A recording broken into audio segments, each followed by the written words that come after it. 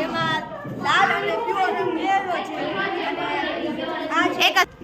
ઈનો તમને અહીંયા જોઈ શકશો કે અહીંયા લાવા ઉપાડીને બારી આવશે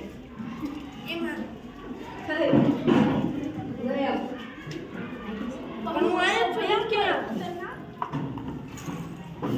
આ એ જોઈ શકો છો ઈનો